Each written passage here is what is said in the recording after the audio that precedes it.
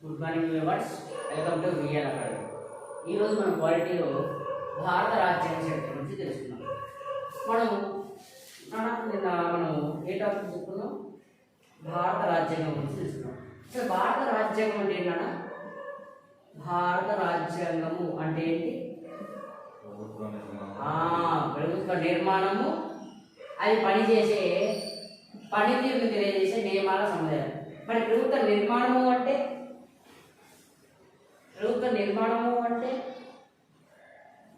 మూడు శాఖలు ఉంటాయి కదా. ఏంటిది? శాసనశాఖ, ఇంకా కార్యనిర్వాహక శాఖ, ఇంకా న్యాయశాఖ. మరి ఈ మూడింటిని మనం ఏమంటాము? ప్రభుత్వ నిర్మాణము అంటాం. మరి శాసనశాఖ ఏం చేస్తుంది? వెరీ గుడ్, చట్టాలు చేస్తుంది. కార్యనిర్వాహక శాఖ ఏం చేస్తుంది? చట్టాలని అమలు పరుస్తుంది. మరి న్యాయశాఖ ఏం చేస్తుంది? శాసనశాఖ చేసే చట్టాలు, కార్యనిర్వాహక శాఖ అమలు పరిచే చట్టాలు రాజ్యాంగబద్ధంగా ఉన్నాయా లేవా నిర్దేశించే, మరి పర్యవేక్షించే ఆ అధికారం, ఆ పని ఎవరిది? న్యాయశాఖ. ఓకేనా? అంటే ఇదే కదా రాజ్యాంగం చెప్పేది. రాజ్యాంగం అంటే ప్రభుత్వ నిర్మాణం అంటే శాసనశాఖ, కార్యనిర్వాహక శాఖ, న్యాయశాఖ. మరి అవి చేసే పనులేంటి? శాసనశాఖ చట్టాలు చేస్తుంది, కార్యనిర్వాహక శాఖ మరి పరిపాలన చట్టాలు అమలు పరుస్తుంది, ఇంకా న్యాయశాఖ ఈ రెండింటిని పర్యవేక్షిస్తుంది. అంటే శాసనం మరి ప్రభుత్వ నిర్మాణం అది పనిచేసే విధానాన్ని తెలియజేసే నియమాల సముదాయం. ఇవి ఎలా పనిచేయాలి, ఈ శాసనశాఖ, కార్యనిర్వాహక శాఖ, న్యాయశాఖ ఎలా పనిచేయాలి, ఇవి నిర్మితమై ఉంటాయి అని చెప్పేసి రాజ్యాంగం పేర్కొంటుంది. ఓకేనా? అలా ఏ విధంగా ఇవి పనిచేయాలనే దానిపైన రూల్స్ అండ్ రెగ్యులేషన్స్ ఈ రాజ్యాంగం చెప్తుంటుంది. అందుకే ఈ యొక్క ప్రభుత్వ నిర్మాణము అది పనిచేసే విధానాన్ని తెలియజేసే నియమాల సముదాయమని ఎవరు చెప్పాడు?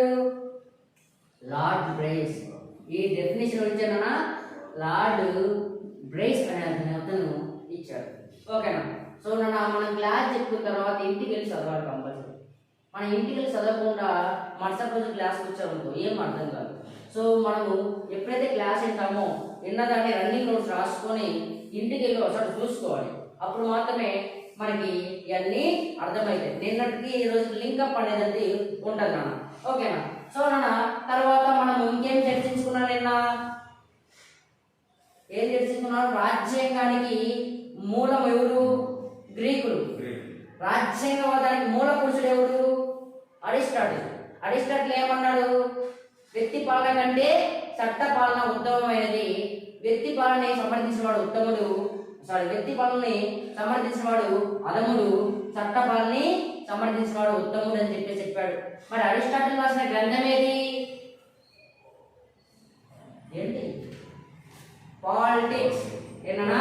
పాలిటిక్స్. ఈ గ్రంథం ఎందుకు రాశాడైనా?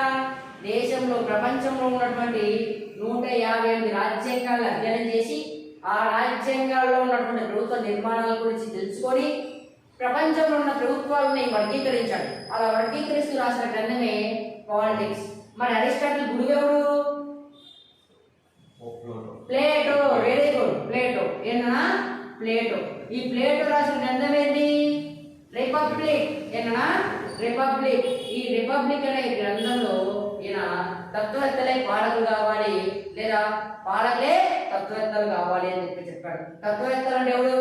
ఇక్కడ థింకర్స్ అంటే భవిష్యత్తు కాలంలో కూడా జరిగే విషయాన్ని ఇప్పుడే ఊహించుకొని మరి అవి కరెక్ట్గా అయ్యే సమస్య ఉంటే ఆ సమస్యని పరిష్కరించి ప్రజలకి పరిపాలన చేయాలి, ప్రజల్ని తమ బిడ్డలుగా చూసుకోవాలని చెప్పేసి ఆయన ప్లేటో ఆ ఉద్దేశంతో చెప్పడం జరిగింది. ఓకేనా? తర్వాత ఈ అరిస్టాటిల్ మరి భారత రాజ్యాంగాన్ని ఎన్ని రకాలుగా వర్గీకరించాడు?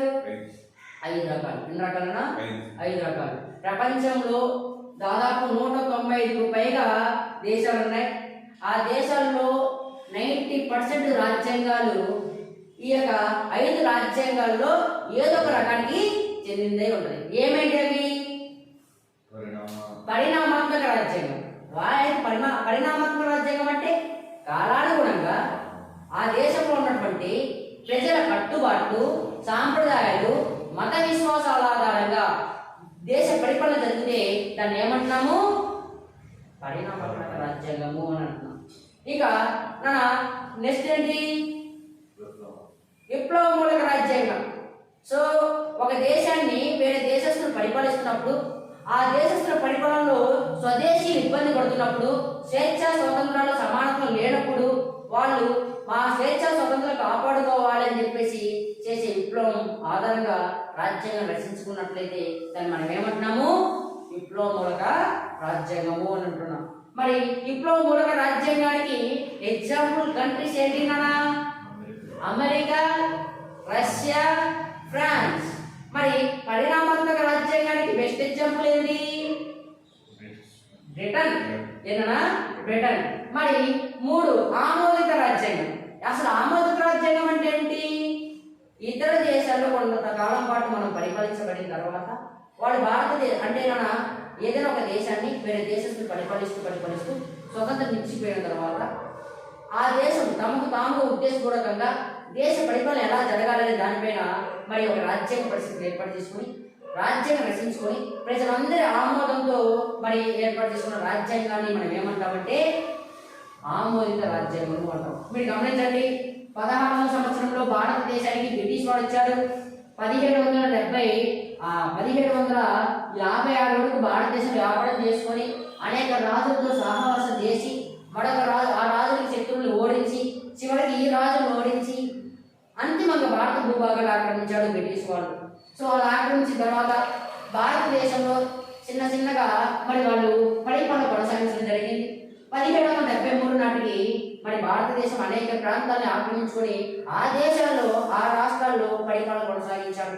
సో 1773 నుంచి 1947 వరకు భారతదేశంలో దాదాపు 200 సంవత్సరాల పాటు పరిపాలన చేశాడు. పరిపాలన చేసి 1947 ఆగస్టు 15 భారతదేశం స్వతంత్రం ఇచ్చి వాళ్ళు వెళ్ళిపోయి మనకి ఏమి ఇవ్వలేదు? రాజ్యాంగం ఇవ్వలేదు. ఇప్పుడు దాకా మనము బ్రిటిష్ వారి పరిపాలనలో అలవాటు పడ్డాం కదా. ఎస్ అన్నాం, అలవాటు పడ్డాం కదా. ఇప్పుడు మనకు పరిపాలన చేసుకోవడం మనకు అనుభవం ఉందా? లేదు. అనుభవం లేదు కాబట్టి ఆ పరిపాలన ఎలా చేసుకోవాలి, ప్రభుత్వ నిర్మాణం ఎలా ఉండాలి, ప్రజలకు అనుకూలమైన ప్రభుత్వాన్ని ఎలా ఏర్పాటు చేయాలి అని చెప్తూ ఒక రాజ్యాంగం రచించుకోవడానికి ఒక రాజ్యాంగ పరిస్థితిని ఏర్పాటు చేసుకున్నాం. ఆ రాజ్యాంగ పరిస్థితి ద్వారా మరి రాజ్యాంగాన్ని రచించుకున్నాం. సో 1949 నవంబర్ 26న మరి ప్రజల ఆమోదం పొందడం జరిగింది. సో తర్వాత 1950 జనవరి 26న అమలు చేసుకున్నాం. అంటే మన రాజ్యాంగం ఆమోదిత రాజ్యాంగమా లేదంటే ఇంకేమైనా రాజ్యాంగమా? ఆమోదిత రాజ్యాంగం. Very good. సో నెక్స్ట్ ఏంటి? ప్రసాదిత రాజ్యాంగం.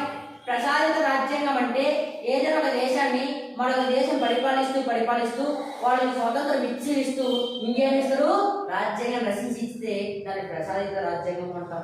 Best example New Zealand. ఆ న్యూజిలాండ్ దేశాన్ని బ్రిటన్ దేశస్తులు పరిపాలించిన తర్వాత ఆ దేశంలో ఉన్నటువంటి ప్రజలు బ్రిటన్ వ్యతిరేకించినప్పుడు వాళ్ళు బ్రిటన్ వాళ్ళు న్యూజిలాండ్కి స్వతంత్రం ఇచ్చి ఇంకేమి ఇచ్చాడు?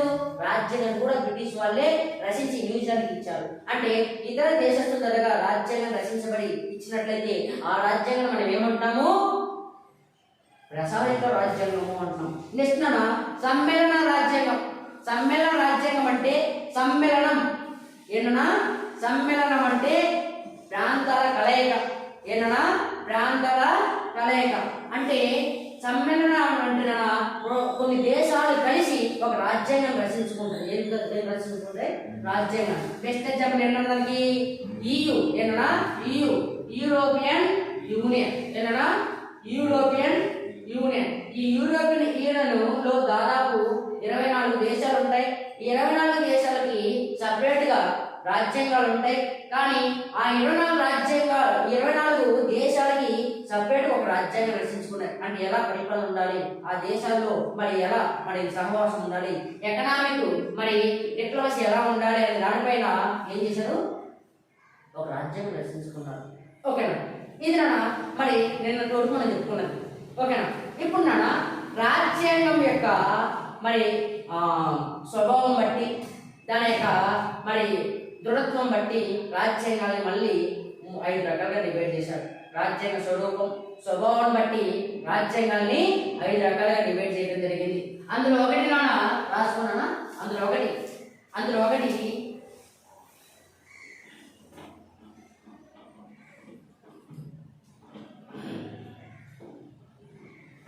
స్పిరిట్ లేదు నాన్న,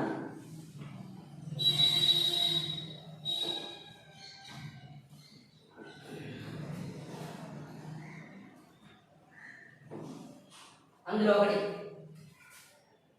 లిఖిత రాజ్యాంగం. రాజ్యాంగ స్వభావము సైడ్ హెడ్డింగ్ అన్న, రాజ్యాంగ స్వభావము స్వరూపం బట్టి రాజ్యాంగాలు 5 రకాలు. ప్రపంచంలో ఏ రాజ్యాంగాన్ని తీసుకున్నా ఇప్పుడు చెప్పుకోబోయే 5 రాజ్యాంగాల్లో ఏదో ఒక రకానికి చెందిందే ఉంది. లిఖిత రాజ్యాంగం. 2 అలిఖిత రాజ్యాంగం. 3 దృఢ రాజ్యాంగం.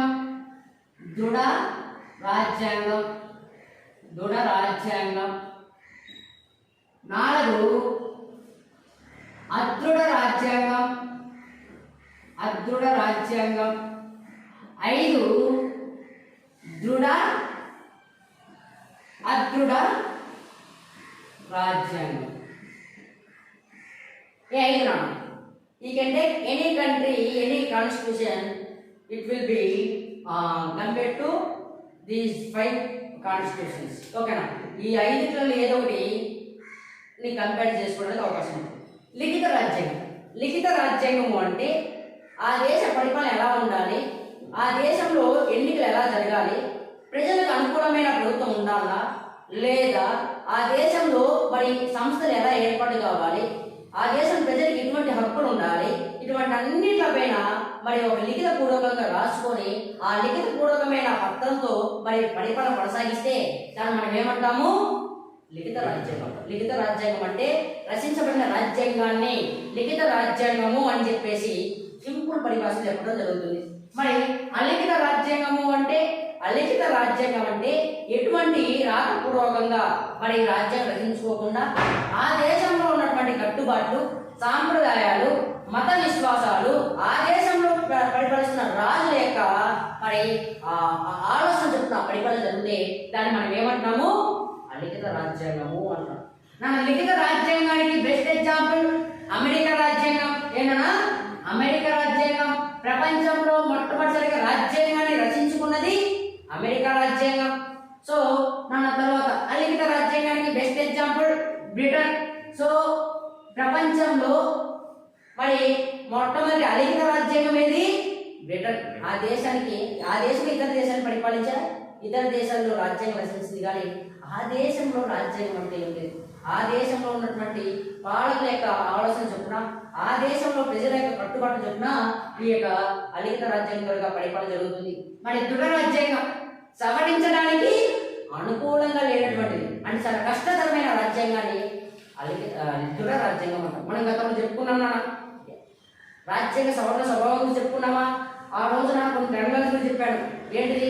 సబ్స్టిట్యూషన్ అని చెప్పేసి, ఓకేనా? ఇక్కడ మరి సబ్స్టిట్యూషన్ అని చెప్పేసి, తర్వాత ఓసీ అని చెప్పేసి, మరి ఇలా అనేక రాజ్యాంగ సవరణ రంగాలు కూడా చెప్పాడు. అప్పుడు అడిగారు అంటే రాజ్యాంగాన్ని పదే సవరించడానికి అనుకూలంగా లేనటువంటి రాజ్యాంగం మనం ఏమంటాము? అదృఢ రాజ్యాంగము అంటాం. ఏమంటున్నా? అదృఢ రాజ్యాంగం. చూడండి, అమెరికా రాజ్యాంగం ఎప్పుడు అమలులోకి వచ్చింది? 1776లో మరి ఆ రాజ్యాంగం రచించుకోవడం జరిగింది.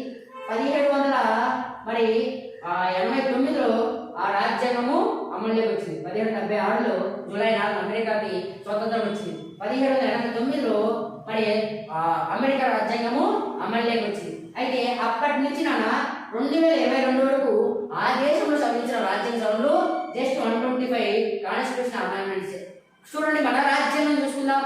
భారత రాజ్యాంగాన్ని 1950 జనవరి 26న అమలులోకి వచ్చింది.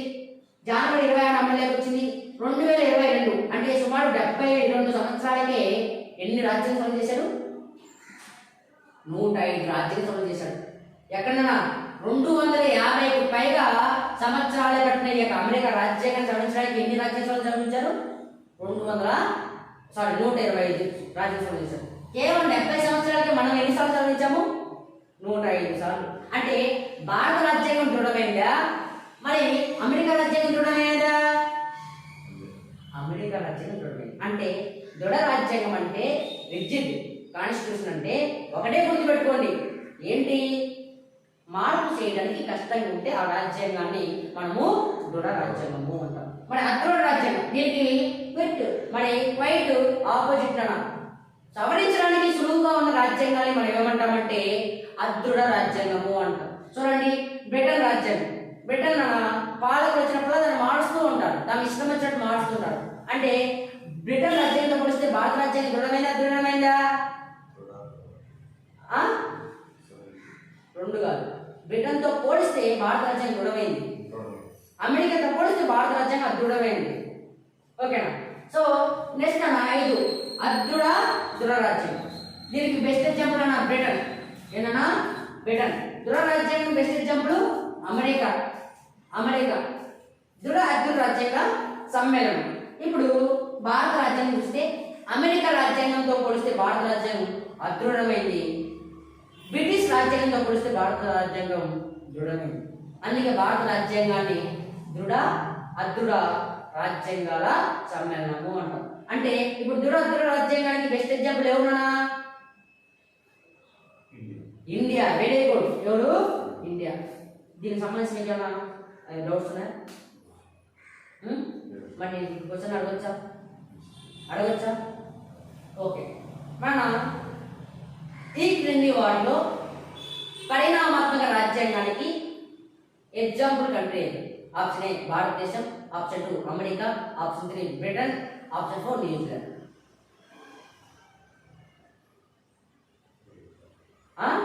Very good, Britain. ఓకేనా? సో మోడీ. ఓకేనా? సో భారత రాజ్యాంగంతో పోలిస్తే అమెరికా రాజ్యాంగం డాష్. ఆప్షన్ 1 దృఢమైంది, ఆప్షన్ 2 అదృఢమైంది, ఆప్షన్ 3 దృఢ అదృఢ సమ్మేళనం, ఆప్షన్ 4 పైవేగా. Very good. ఓకేనా? సో ఇవి మరి భారత రాజ్యాంగానికి లేదా ఈ ప్రపంచ రాజ్యాంగాలకి మూలమైన దేశం ఏది? ప్రపంచంలో ఉన్నటువంటి రాజ్యాంగవాదానికి మూలమైన దేశం గ్రీక్ అయ్యా. ఓకేనా? అసలు రాజ్యాంగం అనే భావాన్ని తీసుకొచ్చింది ఎవరు? అరిస్టాటిల్ కదా. అరిస్టాటిల్ ఏ దేశానికి చెందినవాడు? నౌనా ఇది రాజ్యాంగం, భారత రాజ్యాంగం సంబంధించిన అంశాలు. ఓకేనా? సో మనం నేను సిలబస్ కూడా చెప్పుకోవడం జరిగింది, 1 by 1 చెప్పుకుంటూ వస్తాము. సో మ్యాక్సిమం 1 month లో ఈ యొక్క రాజ్యాంగం మొత్తం అంటే ఎస్ఏ కానిస్టేబుల్కి ఎంతైతే అవసరమో అంత మాత్రం చెప్పడం జరుగుతుంది. సో ఇంకా గ్రూప్ 2 మరి వీళ్ళు గ్రూప్ 3 వాళ్ళు వస్తేనా వాళ్ళకి మరి ఎంతైతే అవసరమో వాళ్ళకు కూడా మరి ఇది కొనసాగించడం జరుగుతుందా. సో మ్యాక్సిమం 1 month లో ఒక సబ్జెక్ట్ అయిపోయే విధంగా మనము ట్రై చేద్దాం. ఓకేనా?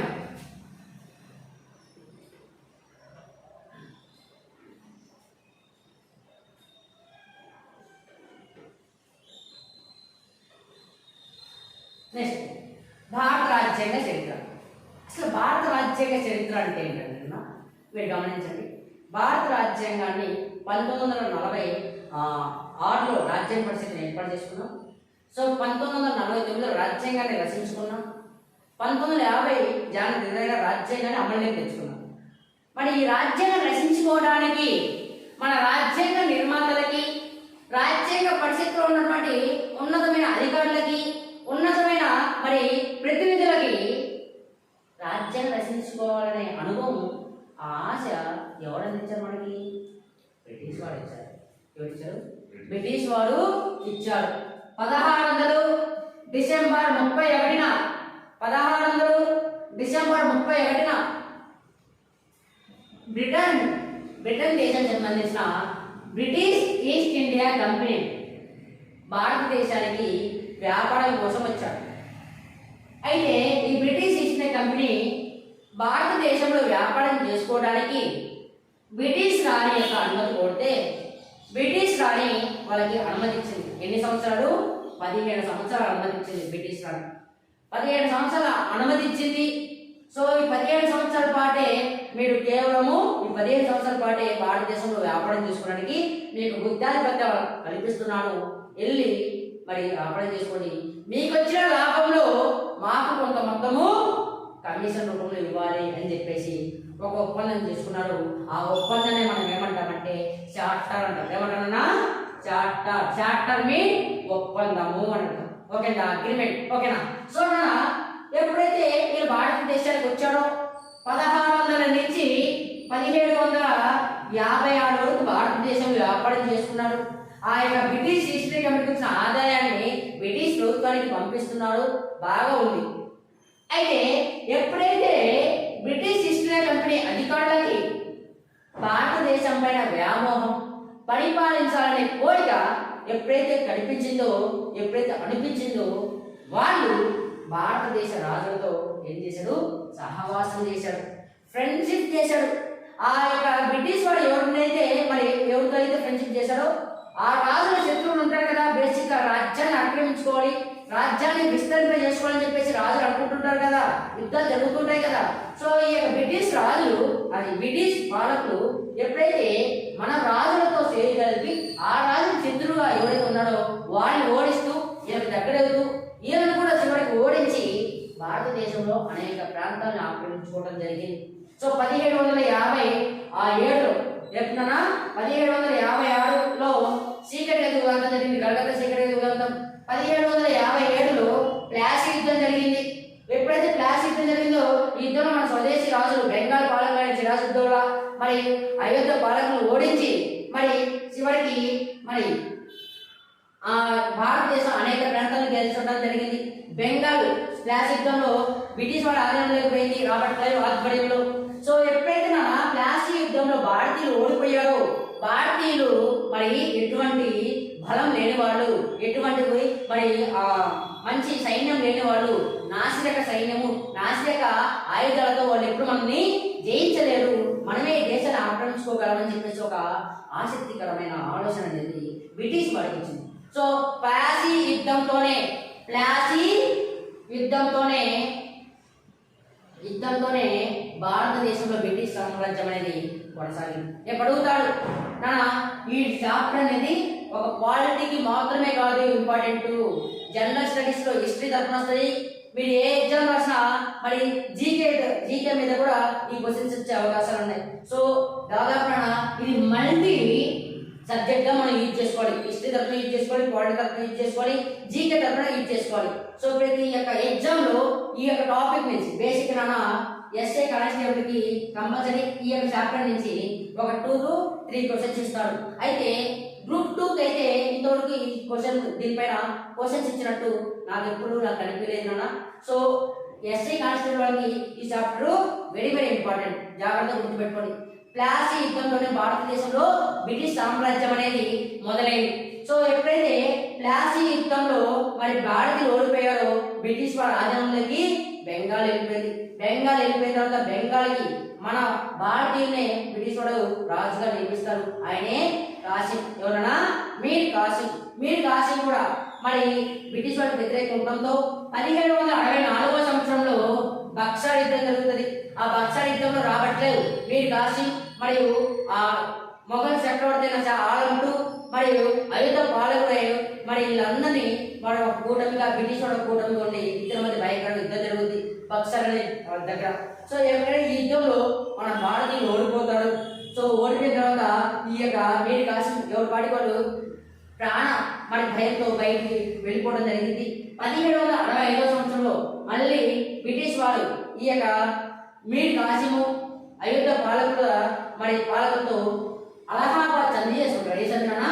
అలహాబాద్ సంధి చేసుకుంటాడు. ఈ అలహాబాద్ సంధి ప్రకారము బ్రిటిష్ వాడు బెంగాలు, బీహారు, ఒడిశా ఈ ప్రాంతాలని బ్రిటిష్ వాడు స్వాధీనమైపోయాయి. ఆ ప్రాంతాల్లో పన్నులు వసూలు చేసుకునే అధికారము, ఆ ప్రాంతాల్లో భూమిపై హక్కులు కలిగే అధికారము పూర్తిగా బ్రిటిష్ వాడికి వచ్చిపోయింది. ఎప్పుడైతే రెవెన్యూ వసూలు అధికారాన్ని మనం ఏమంటామంటే దివాణీ హక్కులు అంటాం. ఏమంటాము? దివాణీ హక్కులు అంటే రెవెన్యూ వసూలు, పన్ను వసూలు చేసుకునే అధికారాన్ని ఏమంటాము? దివాణి హక్కులు అంటారు. ఈ దివాణి హక్కులు బ్రిటిష్ వాడు పొందడం జరిగింది. ఇలా బక్సా యుద్ధం, అలహాబాద్ సంధితో పాటుగా అలహాబాద్ సంధితో భారతదేశంలో అనేక ప్రాంతాలను ఆక్రమించుకొని భారతదేశంలోని పన్నులు వసూలు చేసుకునే అధికారం, నాణ్యాలను ముద్రించుకునే అధికారము బ్రిటిష్ వాడు పొందడం జరిగింది. సో ఈ విధంగా భారతదేశంలో బ్రిటిష్ వాళ్ళు మరి ప్రాంతాలను ఆక్రమించుకునే విధానం వచ్చింది. సో ఇక్కడ మీరు గమనించినట్లయితే మన పాలిటీలోకి వెళ్ళినట్లయితే భారత రాజ్యాంగ చరిత్రని బీసీ రావత్, బిపిన్ చంద్ర రావత్ మరి రాజ్యాంగ చరిత్రని 6 దశలుగా విభజించాడు. ఎవరు? బీసీ రావత్. ఎవరన్నా? బీసీ రావత్ భారత రాజ్యాంగ చరిత్ర ఎన్ని దశలుగా డివైడ్ చేశాడు? 6 దశలుగా డివైడ్ చేశాడు. 1600 నుంచి 1773 వరకు ఫస్ట్ దశని, 1773 నుంచి 1857 వరకు సెకండ్ దశని, మరి 1857 నుంచి 1909 థర్డ్ దశని, మరి 1909 నుంచి 1935 ఫోర్త్ దశని, 1935 నుంచి 1947 ఫిఫ్త్ దశని, 1947 నుంచి 1950 రాజ్యాంగం అమలులోకి వచ్చేంత వరకు సిక్స్త్ దశ అని చెప్పేసి ఈ విధంగా బీసీ రావత్ రాజ్యాంగ చరిత్ర 6 దశలుగా విభజించారు. ఎందుకంటే ఈ రాజ్యాంగ చరిత్ర గురించి తెలుసుకోవాలంటే మరి ఇంత మొత్తాన్ని అర్థం చేసుకోవడం కష్టం కాబట్టి సమాజంలో ఉన్నటువంటి తత్వవేత్తలు మనలాంటి స్టూడెంట్స్ అందరూ ఓకేనా. సో అర్థం చేసుకోవడానికి సులువుగా ప్రముఖ రాజనీతి తత్వవేత్త అయినటువంటి బీసీ రావత్ రాజ్యాంగ చరిత్రని విభజించాడు 6 దశలుగా. సో మన 1639 సంవత్సరంలో బ్రిటిష్ వాడు వ్యాపార నిర్వహణ కోసము మద్రాసులో సెయింట్ జార్జ్ కోట నిర్మించాడు. ఆ సెయింట్ జార్జ్ కోటనే తమ యొక్క వ్యాపార కార్యకలాపాలకి కేంద్రంగా మలుచుకోవడం జరిగింది. 1687 సంవత్సరంలో మద్రాసుని మున్సిపాలిటీగా ఏర్పాటు చేయడం జరిగింది. భారతదేశ చరిత్రలో మొట్టమొదటిసారిగా ఒక పట్టణాన్ని మున్సిపాలిటీగా ఏర్పాటు చేసిన దాఖలు అనేవి ఫస్ట్ టైం ఎక్కడ ఇప్పుడు ఏ సంవత్సరం జరిగిందన్నా 1687 సంవత్సరంలో. ఇప్పుడు ఉన్నాయి కదా కాకినాడ మున్సిపాలిటీ, ఇప్పుడు ఉంది కదా కాకినాడ నగరపాలక పంచాయతీ అని, కలకత్తా నగరపాలక పంచాయతీ అని, ఇట్లా నగరపాలక సంస్థలు అని చెప్పేసి ఓకేనా. సో ఇవన్నీ మనం 73, 74 రాజ్యాంగ సవరణ చట్టంలో కూలంకషంగా చర్చించుకుంటాం. సో 1727 సంవత్సరంలో బొంబాయి, కలకత్తాలలో కూడా మున్సిపాలిటీని ఏర్పాటు చేయడం జరిగింది. 1725 సంవత్సరంలో మేయర్ కోట్లను ఏర్పాటు చేయడం జరిగింది. మేయర్ కోట్లు ఎందుకంటేనా మరి బ్రిటిష్ వాడు భారతదేశ అనేక ప్రాంతాలు ఆక్రమించుకున్నారు కదా, ఆ ప్రాంతాల పన్నులు వసూలు చేసే అధికారాన్ని మరి బ్రిటిష్ వాడే పొందడం జరిగింది కదా. ఈ బ్రిటిష్ వాడు అధికారం పొందిన తర్వాత ప్రజల నుంచి పన్నులు వసూలు చేయాలి. ఇలా పన్నులు వసూలు చేసే సందర్భంలో ప్రజలు కొంతమంది పన్నులు కట్టరు. అటువంటి వారిని పన్నులు కట్టే విధంగా చేయడం కోసం ఏర్పాటు చేసిన కోర్టులే మేయర్ కోర్టులు. మనకు తెలుసు నగరపాలక సంస్థలలో మరి దానికి అధిపతికి ఎవరు ఉంటాడు? మేయర్ ఉంటారు లేదా. కాకినాడ నగరపాలక సంస్థ దీనికి మరి ఎవరున్నారు? రాజకీయ నాయకుడు మేయరే కదా. వాళ్ళ కింద కౌన్సిలర్స్ ఉంటారు కదా, ఉంటారా? అంటే ఆ నగరపాలక మరి సంస్థలలో ఉన్నటువంటి ప్రజలు బ్రిటిష్ వారికి ఎవరైతే పన్నులు చెల్లించట్లేదో వాళ్ళని మరి వాళ్ళ సమస్యను పరిష్కరించి పన్నులు కట్టే విధంగా చేయడం కోసము 1725 సంవత్సరంలో మద్రాసు, బొంబాయి ఈ 3 ప్రాంతాలలో మేయర్ కోర్టుని ఏర్పాటు చేయడం జరిగింది. సో తర్వాత మీరు ఇంకా గమనించినట్లయితే ఈ యొక్క నగరపాలక పంచాయతీ బ్రిటిష్ వారు ఆక్రమించిన భారతీయ మరి ప్రాంతాలలో పన్నులు వసూలు చేయడం కోసము 1772 సంవత్సరంలో కలెక్టర్ వ్యవస్థను ప్రవేశపెట్టడం జరిగింది. ఎవరన్నా? కలెక్టర్ వ్యవస్థ. ఇప్పుడు ఉన్నారు కదా జిల్లాకి అధిపతిగా ఉన్నాడు ప్రభుత్వం తరఫున, ఆయన ఎవరు? జిల్లా కలెక్టర్. ఆ కలెక్టర్ వ్యవస్థను ఎందుకు తీసుకొచ్చారంటే ఆ యొక్క ప్రాంతంలో మరి పన్నులు వసూలు చేయడం కోసము ఈ కలెక్టర్ వ్యవస్థను ఏర్పాటు చేయడం జరిగింది. కలెక్టర్ ఏమన్నా? కలెక్టర్ అంటే కలెక్షన్ చేయడం ఓకేనా. కలెక్షన్ చేయడం అంటే పన్నులు వసూలు చేసే అధికారిని కలెక్టర్ అనేవాళ్ళు. సో ఈ కలెక్టర్ పదవిని తర్వాత కాలంలో మరి ఆయన అధికారాలను విస్తరింప చేసుకుంటూ ఒక జిల్లాకి అత్యున్నతమైన ప్రభుత్వ అధికారిగా ఇప్పుడు కొనసాగించడం జరిగింది. సో ఈ యొక్క జిల్లా కలెక్టర్ వ్యవస్థను ప్రవేశపెట్టింది ప్రముఖ బెంగాల్ గవర్నర్ ఆ టైం ఉన్నది వారెన్ హేస్టింగ్స్. ఎవరన్నా వారెన్ హేస్టింగ్స్. ఎవరు? Warren Hastings. కలెక్టర్ వ్యవస్థను ప్రవేశపెట్టింది ఎవరన్నా? Warren Hastings. టైం ఎంతండి లేదా? Okay listen.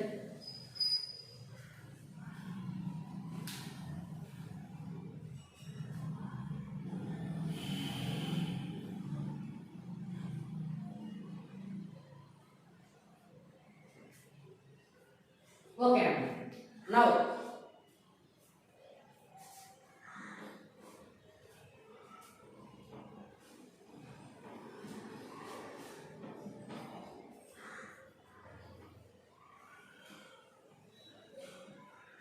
మరి ఇప్పుడు 1773 నుంచి 1857 వరకు మరి పరిస్థితులు సెకండ్ దశనే చూద్దాం మన. సో సెకండ్ దశనే చూద్దాము.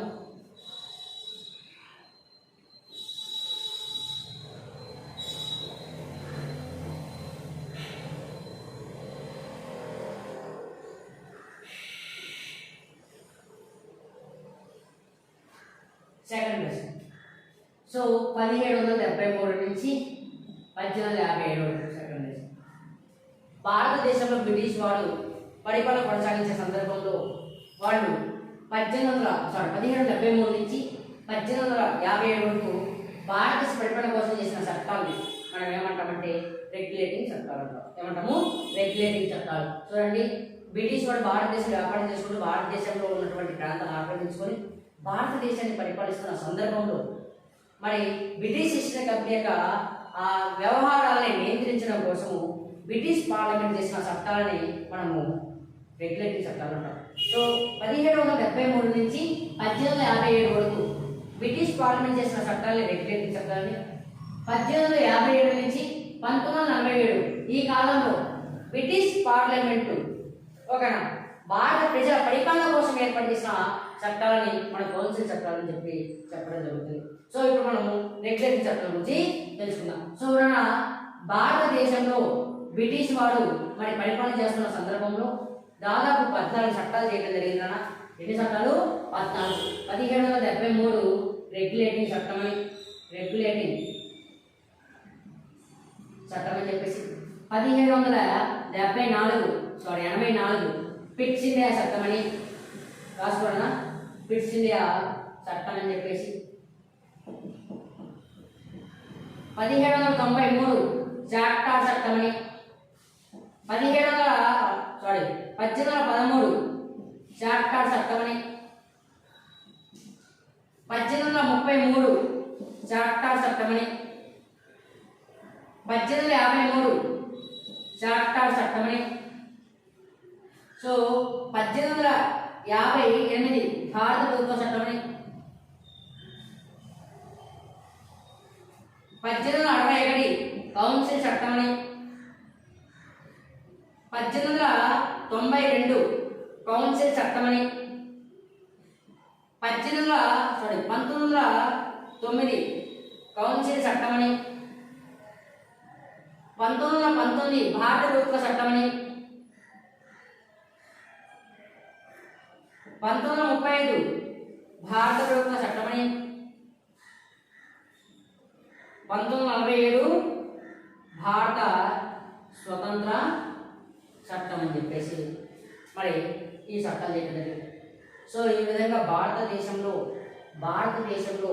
బ్రిటిష్ ఈస్ట్ ఇండియా కంపెనీ యొక్క నియంత్రణ కోసం చేసిన చట్టాన్ని రెగ్యులేటింగ్ చట్టాలని, తర్వాత భారతదేశంలో ప్రజల కోసం వాళ్ళ పరిపాలన కోసము బ్రిటిష్ పార్లమెంట్ చేసిన చట్టాన్ని కౌన్సిల్ చట్టాలని చెప్పేసి పెట్టుకోవడం జరుగుతుంది.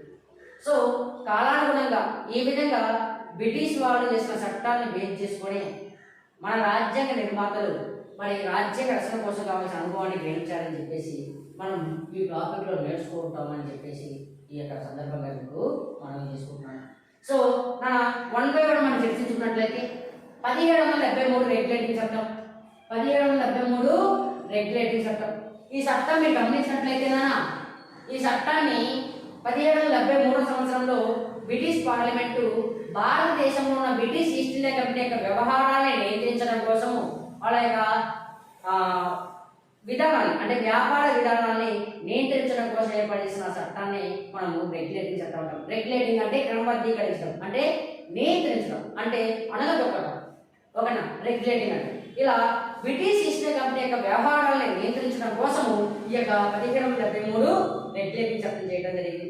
ఈ యొక్క రెగ్యులేటింగ్ చట్టం చేయడానికి గల కారణం మనం గమనించినట్లయితే రెగ్యులేటింగ్ చట్టం చేయడానికి కారణం వేడి పడండి. ఒక చట్టము ఎందుకు తీసుకొస్తున్నాడు, దాని ఉద్దేశం ఏంటి, ఆ చట్టంలో ఉన్నటువంటి అంశాలు ఏంటి, ఆ చట్టంలో ఉన్నటువంటి లోపాలు ఏంటి అనేది మనకి ఇంపార్టెంట్. సో 1773 రెగ్యులేటింగ్ చట్టంలో తీసుకురావడానికి గల కారణాలు first British east India company అధికారుల అవినీతి. సో భారతదేశంలో బ్రిటిష్ ఈస్ట్ ఇండియా కంపెనీ అనేక లాభాలు పొందుతుంది. అనేక లాభాలు పొందుతున్నప్పటికీ మాకు ఎటువంటి లాభాలు రావట్లేదు, నష్టాలు వస్తున్నాయని చెప్పేసి బ్రిటిష్ ప్రభుత్వం నుంచి ఈ బ్రిటిష్ ఈస్ట్ ఇండియా కంపెనీ ఏం చేస్తుంది, డబ్బులు లాభం పొందుతాడు. నేను హిస్టరీలోకి వెళ్ళలేకపోతున్నాను, ఎందుకంటే ఉన్న సమయం తక్కువ కాబట్టి. ఆ సమయంలో మనము మీకు ఎంతైతే అవసరం అంత మాత్రమే చెప్తున్నాను. లార్డ్ బ్రూగేస్ అని చెప్పేసి మనం గతం చెప్పుకున్నాం. ఆయన అధికారం కింద ఆయన భారతదేశంలో బ్రిటిష్ ఈస్ట్ ఇండియా కంపెనీ యొక్క వ్యవహారాలపైన అధ్యయనం చేయడం కోసము పంపించడం జరిగింది బ్రిటిష్ ప్రధానమంత్రి. సో ఇదంతా మనకు అవసరం. ఓకేనా? బ్రిటిష్ ఈస్ట్ ఇండియా కంపెనీ అధికారుల అవినీతి అనేది ఇది ఒక. ఓకేనా? Second one, British east India company Allahabad సంధి ప్రకారము ఒడిశా, బెంగాల్ బీహార్ ప్రాంతాలు ఆక్రమించింది కదా. ఆ ప్రాంతాల్లో ఉన్నటువంటి ఆ భూభాగం మొత్తం బ్రిటిష్ ఆధీనంలోకి వచ్చింది కదా. బ్రిటిష్ వాళ్ళు ఆ ప్రాంతాల్లో పన్నులు వసూలు చేయొచ్చు అని చెప్పాం కదా, దివాళాకు పొందాలని చెప్పాను కదా. ఇప్పుడు బ్రిటిష్ వాళ్ళు ఆ ప్రాంతాల్లో ఉన్నటువంటి బెంగాల్, బీహార్, ఒడిశా ప్రాంతాల్లో ఉన్నటువంటి ప్రజలపై ఎక్కువ పన్నులు వేసి ఆ ప్రజలకు చిత్రహింసలు పెడుతున్నారు. ముఖ్య పిండి పన్నులు వసూలు చేస్తారు. అక్కడ ఉన్నటువంటి ప్రజల యొక్క దైనందిక పరిస్థితులను చేసుకొని అక్కడ ఉన్నటువంటి కొంతమంది బ్రిటిష్ వారికి వ్యతిరేకంగా తిరుగుబాటు చేస్తారు. బ్రిటిష్ ఈస్ట్ ఇండియా కంపెనీ మా దేశం ఉండొద్దని చెప్పేసి వాళ్ళు విపరీతంగా తిరుగుబాటు చేసి వాళ్ళ నుంచి ప్రజల నుంచి వ్యతిరేకత రావడం వల్ల ఆ యొక్క బ్రిటిష్ ఈస్ట్ ఇండియా కంపెనీ యొక్క వ్యవహారాలని నియంత్రించడం కోసము ఈ చట్టం తీసుకురావడం జరిగింది. ఇంకా మీరు గమనించినట్లయితే ఈ చట్టం తీసుకురావడానికి మరొక కారణం బ్రిటిష్ ఈస్ట్ ఇండియా కంపెనీలో ఉన్నటువంటి అంతర్గత విషయాలు అనేవి చాలా ఇంపార్టెంట్. ఓకేనా? సో ఈ కారణాలు చెప్పున బ్రిటిష్ ఈస్ట్ ఇండియా కంపెనీ వ్యవహారాలను నియంత్రించడం కోసం బ్రిటిష్ పార్లమెంట్ చేసిన చట్టం రెగ్యులేటింగ్ చట్టం. సో భారతదేశ చరిత్రలో మొట్టమొదటిసారిగా భారతదేశంలో ఒక చట్టం, భారతదేశం కోసం ఏర్పాటు చేసిన చట్టం రెగ్యులేటింగ్ చట్టం. అందుకే ఈ రెగ్యులేటింగ్ చట్టాన్ని భారత రాజ్యాంగ మొదటి చట్టంగా పేర్కొనడం జరుగుతుంది. ఏం చట్టంలో భారత రాజ్యాంగ మొదటి చట్టంగా పేర్కొనడం జరుగుతుంది. సో ఈ యొక్క రెగ్యులేటింగ్ చట్టంలో ఏమేమి అంశాలు ఉన్నాయంటే మొట్టమొదటిసారిగా బెంగాల్ గవర్నర్ పదవిని రద్దు చేసి దాని స్థానంలో ఏం తెచ్చారంటే బెంగాల్ గవర్నర్ జనరల్ పదవిని తీసుకొచ్చారు. బెంగాల్ గవర్నర్ జనరల్ పదవిని తీసుకొచ్చారు. సో 1773లో బెంగాల్ గవర్నర్ ఉన్నటువంటి వారెన్ హేస్టింగ్ని బెంగాల్ గవర్నర్ జనరల్ పదవికి ప్రమోట్ చేసి ఆయన్ని మొదటి బెంగాల్ గవర్నర్ జనరల్గా ఏర్పాటు చేయడం జరిగింది. ఏంటి బెంగాల్ గవర్నర్కి బెంగాల్ గవర్నర్ జనరల్కి ఏడంటేనా, బెంగాల్ గవర్నర్ అనేవాడు కేవలం బెంగాల్ మాత్రమే గవర్నర్ ఉన్నాడు. ఇప్పుడు బెంగాల్ గవర్నర్ జనరల్గా పదవిలోకి ఇచ్చిన తర్వాత ఇక్కడ మద్రాసు, ముంబై ఈ రెండు ప్రాంతాలలో ఉన్నటువంటి గవర్నర్లు ఈ బెంగాల్ గవర్నర్ జనరల్ కిందికి వస్తారు. అంటే బెంగాల్ గవర్నర్ జనరల్ అనేవాడు బెంగాల్కి కాదు అధిపతి, ఏమిట్లకి బొంబాయికి మద్రాసుకి రెండిట్లకి కూడా అధిపతి. వీళ్ళకి సపరేట్ గవర్నర్లు ఉంటారు, కానీ వీళ్ళు ఏ పని చేయాలని ఎవరు అడగాలి? బెంగాల్ గవర్నర్ జనరల్ పదవిని బెంగాల్ గవర్నర్ జనరల్ని అడగాలి. అంటే బెంగాల్ గవర్నర్ జనరల్ భారతదేశంలో మొట్టమొదటి బెంగాల్ గవర్నర్ జనరల్గా ఎవరు ఎన్నికయ్యాడు? Warren Hastings. భారతదేశం రేపు అడుగుతాడు, ఈ క్రింది వాళ్ళ మొట్టమొదటి బెంగాల్ గవర్నర్ జనరల్ ఎవరు అంటారు. ఎవరు? Lord Warren Hastings. ఏ సంవత్సరంలో బెంగాల్ గవర్నర్ జనరల్ పదవిని ఏర్పాటు చేశారంటే 1773 సంవత్సరంలో ఏర్పాటు చేశారని చెప్పాలి. ఏ చట్టం ప్రకారం బెంగాల్ గవర్నర్ జనరల్ పదవిని ఏర్పాటు చేశాడు అంటే 1773 రెగ్యులేటింగ్ చట్టం అని చెప్పాలి. ఏ సంవత్సరంలో బెంగాల్ గవర్నర్ పదవిని రద్దు చేశాడు అంటే ఏం చెప్పాలి? 1773 సంవత్సరం చెప్పాలి. మరి ఏ చట్టం ప్రకారము బ్రిటిష్ ఈస్ట్ ఇండియా కంపెనీ యొక్క అధికారాలని వ్యవహారాలను నియంత్రించడం కోసము మరి బ్రిటిష్ పార్లమెంటు ఒక చర్య పూనుకుందంటే ఏమని చెప్పాలి? 1773 రెగ్యులేటరీ చట్టం. ఓకేనా? సో నెక్స్ట్ ఈ యొక్క చట్టాన్ని బేస్ చేసుకునే మరి 1774 సంవత్సరంలో సుప్రీం కోర్టుని ఏర్పాటు చేయడం జరిగింది. కలకత్తాలోని పోర్ట్ విలియం కోటలో మరి సుప్రీం కోర్టుని ఏర్పాటు చేయడం జరిగింది. ఒక భారతదేశ చరిత్రలో మొట్టమొదటిసారిగా భారతదేశంలో న్యాయ వ్యవస్థని మరి న్యాయ వ్యవస్థను ఏర్పాటు చేసిన సంస్థ చట్టం ఏది?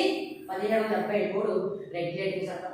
ఈ రెగ్యులేటరీ చట్టం ప్రకారమే ఈ యొక్క సుప్రీం కోర్టుకి ప్రధాన న్యాయమూర్తిగా సర్ ఎలిజా ఎంపే మరి మొదటి ప్రధాన న్యాయమూర్తిగా నియమితులు కావడం జరిగింది. సో ఈ యొక్క అయితే సుప్రీం కోర్టు ఇచ్చే తీర్పులు అనేవి ఇక్కడ అంతిమం కాదు. ఇప్పుడు మనం సుప్రీం కోర్టుకి వెళ్తాం సమస్య పైన.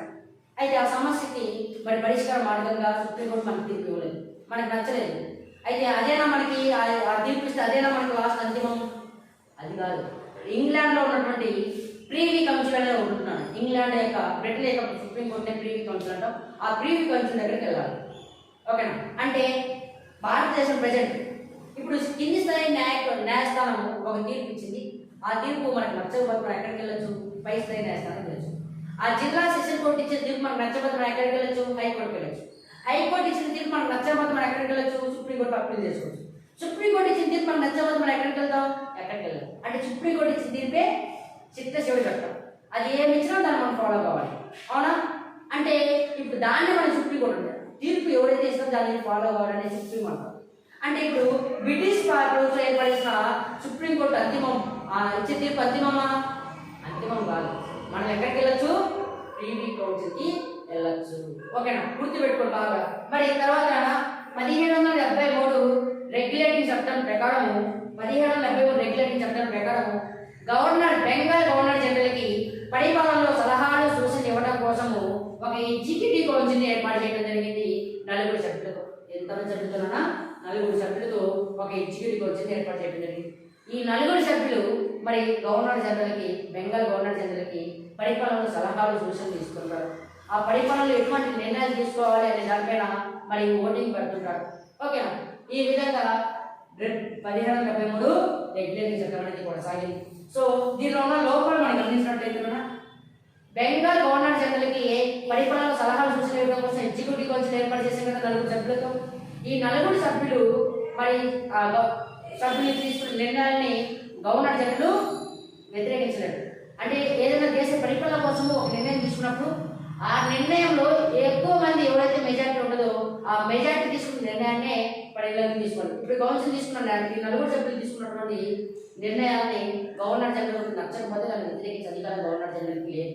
ఓకేనా? ఈ 4లో 3 ఒక విషయం పైన అభిప్రాయం ఉంది. ఒక వ్యక్తి మరి దానిపైన దురభిప్రాయం ఉంటే ఆ యొక్క 3 తీసుకున్న నిర్ణయం పైనే మరి గవర్నర్ జనరల్ ఆమోదం తెలపాల్సిన అవసరం ఉంది. వాళ్ళు తీసుకున్న నిర్ణయాల పైన మరి అధికారము ఎవరికి లేదు? గవర్నర్ జనరల్ లేదు. గవర్నర్ జనరల్ ఆ 3 తీసుకున్న నిర్ణయాన్ని కంపల్సరీ అమలు పరచాలి. నాకు నచ్చలేదు అమలు పరచడానికి లేదు. అంటే ఈ యొక్క ఎగ్జిక్యూటివ్ కౌన్సిల్ సభ్యులకి ఎక్కువ అధికారాలు ఉన్నాయా? గవర్నర్ జనరల్కి ఎక్కువ అధికారాలు ఉన్నాయా? ఎగ్జిక్యూటివ్ కౌన్సిల్లో ఉన్నటువంటి సభ్యులుగా ఎక్కువ అధికారాలు ఉన్నాయి. అంటే కౌన్సిల్ సభ్యులు ఏం నిర్ణయం తీసుకుంటే దాన్నే కంపల్సరీ ఏం ఫాలో గవర్నర్ జనరల్ ఫాలో కావాలి. ఇప్పుడు ఈ 4 సభ్యులు ఇద్దరు ఒక నిర్ణయం పైన వేరే అభిప్రాయం ఉన్నప్పుడు దానిపైన క్యాస్టింగ్ ఓట్ అంటే విధాన నిర్ణయ అధికారం క్యాస్టింగ్ ఓటింగ్ అంటే క్యాస్టింగ్ ఓటింగ్. ఈ క్యాస్టింగ్ ఓటింగ్ మరి వినియోగించుకునే అధికారము మన గవర్నర్ జనరల్కి ఉంటుంది.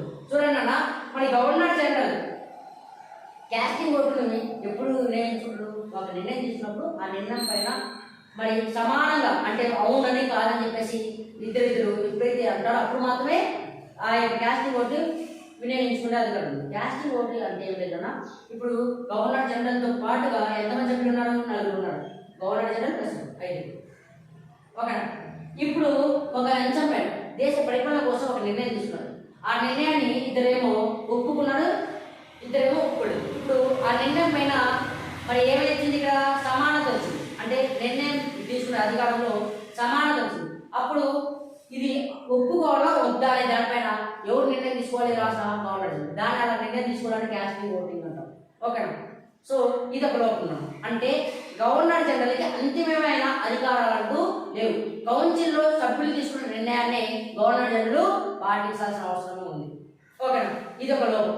సెకండ్ వన్ అన్న, సుప్రీంకోర్టు ఇచ్చే తీర్పులు అంతిమమా? సుప్రీంకోర్టు ఇచ్చే తీర్పులు అంతిమమా? 1573 రెగ్యులేషన్ చట్టం ప్రకారం కలకత్తాలో ఏర్పడేసిన సుప్రీంకోర్టు తీర్పు అంటే సుప్రీంకోర్టు ఇచ్చే తీర్పు అనేది అంతిమమా లేదంటే అర్థమైందన్నా? సుప్రీంకోర్టులో ఒక కేసు వేసానన్నా, ఆ కేసు పైన సుప్రీంకోర్టు తీర్పు ఇచ్చింది. ఆ తీర్పు నాకు నచ్చలేదు. నచ్చకపోతే నేను ఏం చేస్తాను? బ్రిటిష్ సుప్రీంకోర్టుకి వెళ్తాను కదా, అంటే ప్రీవీ కౌన్సిల్కి వెళ్తాను కదా, అంటే సుప్రీంకోర్టు ఇచ్చిన తీర్పుని నేను పాటిస్తున్నానా, దాన్ని వ్యతిరేకించి వేరే దగ్గరికి వెళ్తున్నానా? అంటే సుప్రీంకోర్టు ఇచ్చే తీర్పు అంతిమమా కాదా? ఇక్కడ అంతిమం కాదు. అంటే సుప్రీంకోర్టు అధికారాలు అనేవి ఇక్కడ స్పష్టంగా ఈ చట్టంలో పేర్కొనలేదు. ఇవి నా లోపాలు ఏంటి? గవర్నర్ జనరల్కి స్పష్టమైన అధికారాలు అంటూ ఏమి ఇవ్వలేదు, సుప్రీంకోర్టుకి స్పష్టమైన అధికార పద్ధతులు ఏమి ఇవ్వలేదు. ఇది నా మరి దీనికి సంబంధించి. సో టైం అయిపోతుంది కాబట్టి నాకు నెక్స్ట్ క్లాసెస్ ఉన్నాయి కాబట్టి మరి మనం మళ్ళీ మధ్యాహ్నం కానీ లేదంటే ఈవినింగ్ కానీ మళ్ళీ మనం స్టార్ట్ చేసుకుంటాం. ఇలాగే కంటిన్యూ అవుతాం. మనం సెకండ్ 15 ప్రెసిడెంట్ చట్టం నుంచి తెలుసుకుంటాం. సో ఈ వీడియో మీకు నచ్చినట్లయితే ఈ ఛానల్ని సబ్స్క్రైబ్ చేయండి, లైక్ చేయండి, మీ ఫ్రెండ్స్కి షేర్ చేయండి. మరి థ్యాంక్ యూ.